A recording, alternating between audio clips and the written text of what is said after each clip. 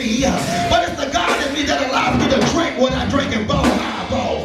Don't get mad at me, but it's the God in me that allows me to look this good with no money in my pocket. Don't get mad at me, but it's just the God in me.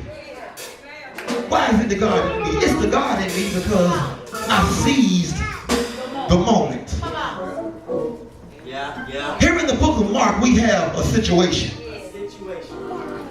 We have a situation, and the second time I read this, it made me look at it a different direction. We have a situation here in the book of Mark. We have a leader of the synagogue, which is a church. Let's make it simple. We have a leader of a local church. I want to paint the picture. I want y'all to give me your minds for only about 5 or 10 more minutes. We have a situation. Say we have a situation. We have a situation. When I was in high school, they say, Houston, we have a problem. The problem is the leader of a local church, his daughter is fading fast.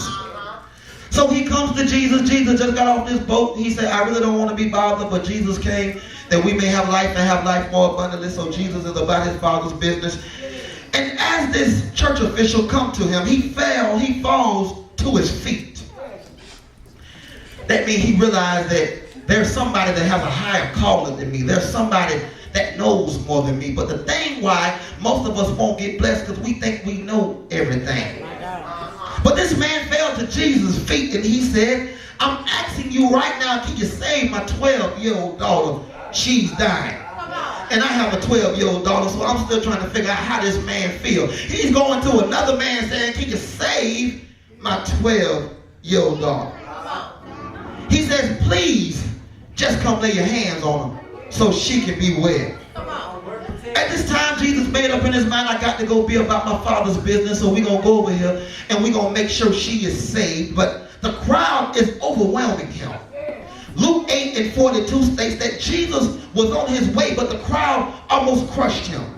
The crowd is so thick that Luke 8:19 states, Jesus' very own mother and brother came to see him. But they were not able to see him because of the crowd. That means he really got a crowd following him.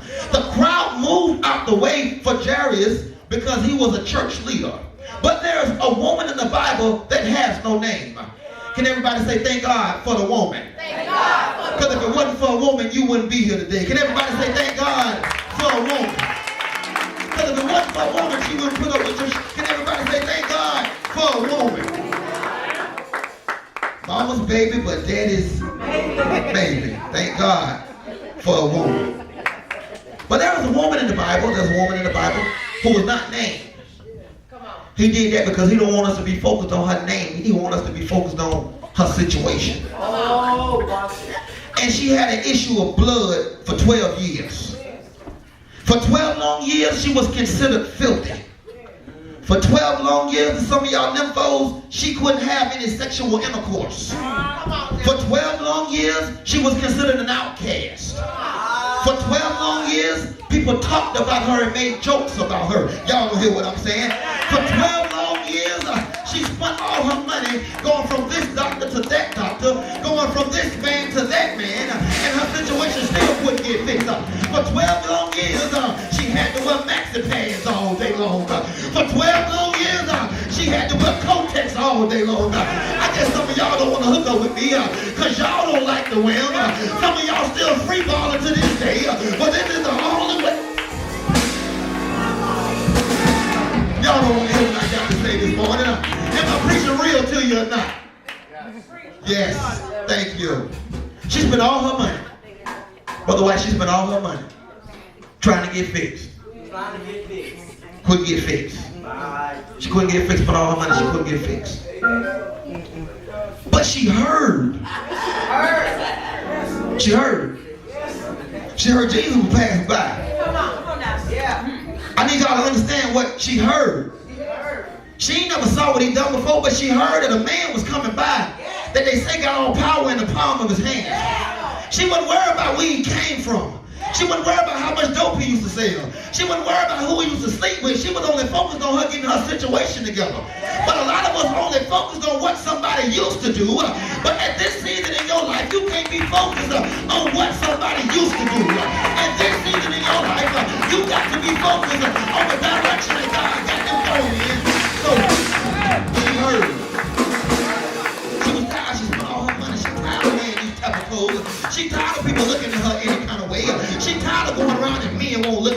because she got a condition. She tired. A lot of us in here sick and tired of being sick and tired right now. And you still have not heard about a man named Jesus. Oh, I'm sorry. You have heard about a man named Jesus, but you smell your musk and you refuse to come in the house of God and give God some praise like you should. Understand this now. She heard. Everybody say she heard. She heard. Let's go get deeper. Everybody say she heard. She heard. She heard that a man named Jesus was coming in her direction, and she made up in her mind, I've got to see him. Understand, the crowd was thick. The crowd was thick, which means she really could not get to Jesus. Understand, she started out in the back of the line, but she pressed her way forward. Which only means, Auntie Ann, she had a made-up mind to get her prayers answered. And I'm just wondering, do I have a small group of people in here that got a made-up mind? I'm just wondering, do I have a couple of folk in here that saying, I can't keep living the way I've been living? I'm wondering if I got a small group of folk in here that said, I can't keep putting up with the that I've been putting up with. I got a made-up mind. She said, I got a made-up mind, and I understand I can't go back to the person I used to be if I expect God to bless me. He said, Brother Courtney, I can't vibe with y'all no more, because it's clearly me and you are going in two different directions. And for once in my life, I got to be focused on Jesus. When you have a made-up mind, that means you can't put up with people bullshit. No more. Ain't nobody in here got a made-up mind.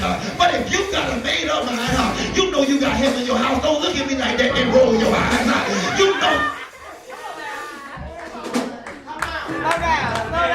I got a made-up mind. I can't put up with that BS no more. I can't go over there and kick it with y'all because we ain't on the same levels no more. I got a made-up mind. If the truth be told, how many people got a made-up mind? If your hand ain't raised, that only means that you happy with that BS in your life. But when you got a made-up mind, you say, I'm not worried about what y'all talking about no more. I'm moving forward. I'm not worried about what I used to do anymore. I'm moving forward. I'm not worried about if my husband get mad, so what? Deal with it. If my wife get mad, put some lashes on, deal with it. I got a made-up mind to serve the Lord. Yes, I got a made-up mind to serve the Lord. She made up her mind to get her prayers answered. I said it. She did it. She got a made up mind to serve the Lord. And guess what? She was sick, but she kept pressing. She lost weight. People was looking at her funny like she had the as I die slowly, but she kept pressing. She was weak, but she kept pressing. Her mind began to play tricks on her, but guess what? She kept pressing. She had a broken heart plus a broken spirit, but guess what? She kept pressing. The doctor told her to stay in bed, y'all, but she said, I can't stay in bed. I've got to get up and go get what God has for me, y'all. And a lot of y'all right now, y'all thought about staying in bed yourself, but it was something burning in the inside of you. It told you to go see what word Brandon has for you so you can get what God has for you. She only kept pressing because she knew I can't stay in the situation I'm in. She only kept pressing because she heard of a man named Jesus. Life get hard at times, but guess what? Keep pressing. I know there's times in your life you don't want to put up with people's stuff, but guess what? Keep pressing. She pressed her way forward and she passed other sick people just like her. But see, you need to make up in your subconscious mind frame. I don't care what my neighbor is going through. I'm only focused on what I'm going through. So she pushed her way past sick people just like her. And those sick people was looking at her like, baby, where you going? Don't you know you got a condition? But she said, I'm going to keep on pushing. I'm going to keep pushing. Hold it down for me back there. Hold it down for me. Amen. So she pressed her way, ladies and gentlemen, past other sick people just like her. Yeah. She might even elbow them in the eyeball to get past them. But she had to get there by any means necessary. And she said, y'all getting upset with me, but I don't even need to talk to this man. I don't even need this man to lay his hands on me. I don't even need this man to speak a word over my life. All I need to do is touch the hem of his garment. And a whole lot of y'all thinking y'all always need somebody to pray over your life. A whole lot of y'all always thinking you need somebody to sit and pray and meditate with you. A whole lot of y'all think you need to fast in order to get confirmation from the Lord. But this woman said, I don't need none of that. All I got to do is touch the hem of his garment. And as she pressed her way forward to get through the crowd, tears begin to roll down her eyes. I can vividly see it because I see y'all right now and y'all pressing y'all way forward. And it seems like the harder you press, you have water running down your cheeks and you don't even know why you're crying. But God said the tears that are crying down your face right now, you'll never cry them again. So as she's pressing her way forward, tears begin to roll down her eyes. And all she can say is, Lord, I know I'm not perfect, but I've sure been faithful. And I got some people in here right now that can identify and say, God, I know I have not been perfect because I still got qualities inside of me that's not of you. But God, I at least been coming to church every Sunday. I at least been trying to put what money I do have in the bucket.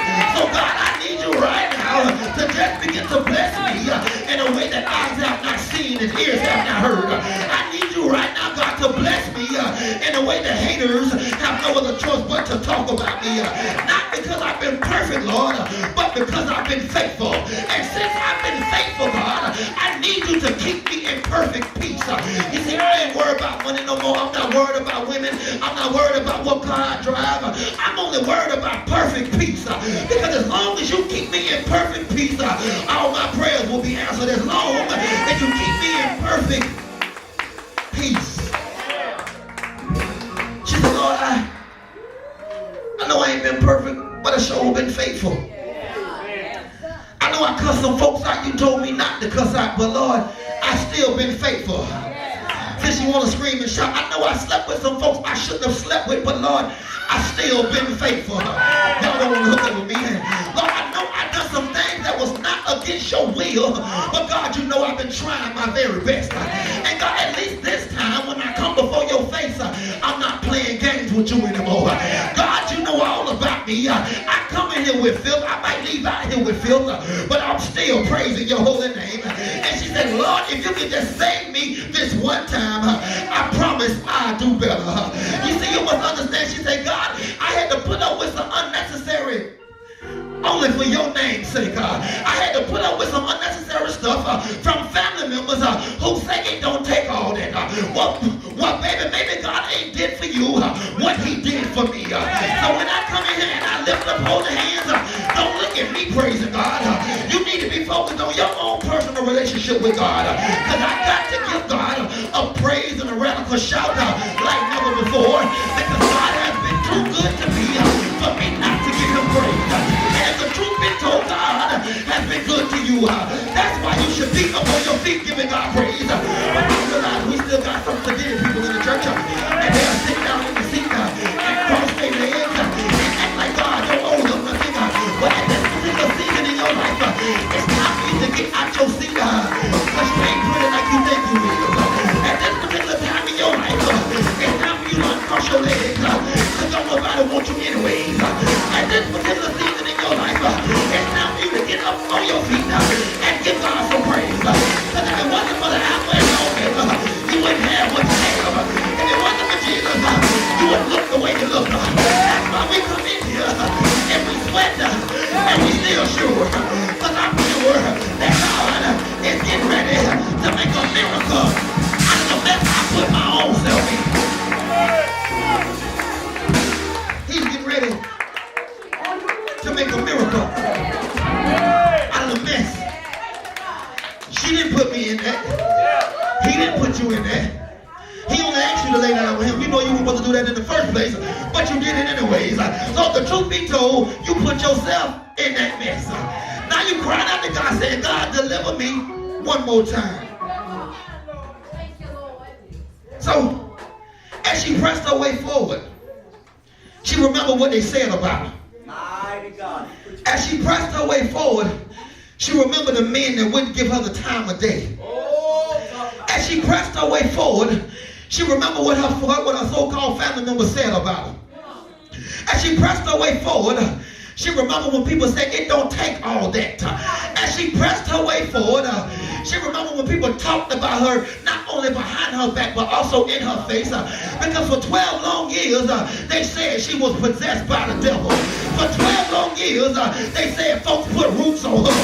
For 12 long years, they said she had a curse on her. But at this particular time, she began to dig a little harder. At this particular time, she began to stretch out a little harder. Why? Because she began to see her breakthrough. She began to see that shining light. She began to see the Father. And as she began to get a little closer, she said, I've almost made it to my destination. As she began to get a little bit closer, that burden began to get easy. As she began to get a little bit closer, haters start smiling at her. As she began to get a little bit closer, and she did the hiding, and she touched the hem of his garment. Sometimes, Brother Jackson, you got to give people the Heisman in order to get some space. But as soon as I get some space, that's when I get my blessing. At this particular time, she touched her. Look at that. She touched her. The hem of his garment. She touched it. She didn't need to talk to him. She didn't need no private session. She didn't say, Pastor, I need to talk to you. She knew what she needed to do to get her blessing. And it's a shame how some of us old as Methuselah here still don't know what you need to do to get to your blessing. Well, God said at this season in your life, I need you to step out on faith and get your blessing. Is there anybody in here that want their blessing? If you want a blessing, if you want a blessing for your child, if you want a blessing for your parents, I double dog get you right